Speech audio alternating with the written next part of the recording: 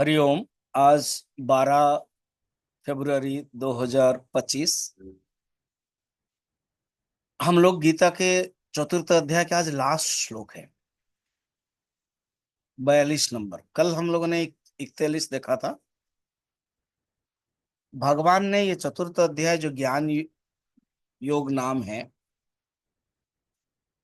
कर्म संन्यास योग है, ज्ञान कर्म संन्यास।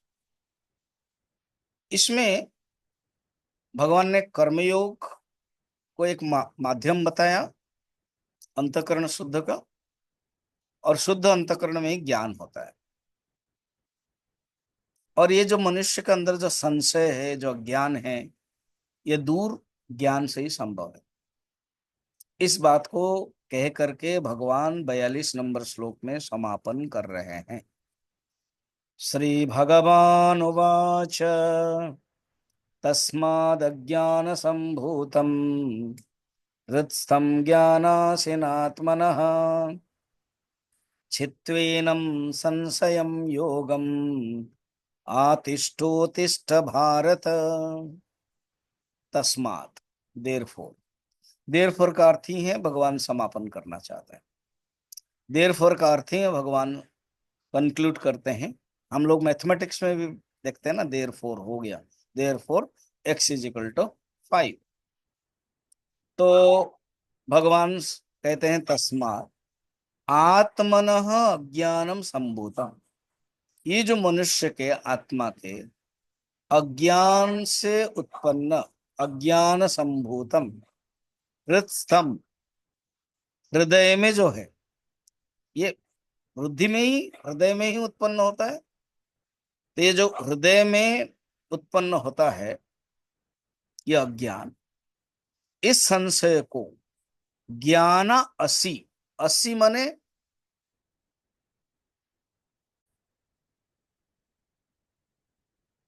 कहते हैं ज्ञान असी। असी का अर्थ है खड़ग। ज्ञान रूपक खड़ के द्वारा ये संशय को नष्ट करना है। आगे भी बताएंगे भगवान कृष्ण पंचदश अध्याय में। अश्वत्थमेनम सुविरूढ़ वाला असंग शस्त्रेण दृढ़ेन चित्वा, वहां असंग रूपक खड़ग बताया, और यहाँ ज्ञान रूपक असी। असी का अर्थ है खड़ग।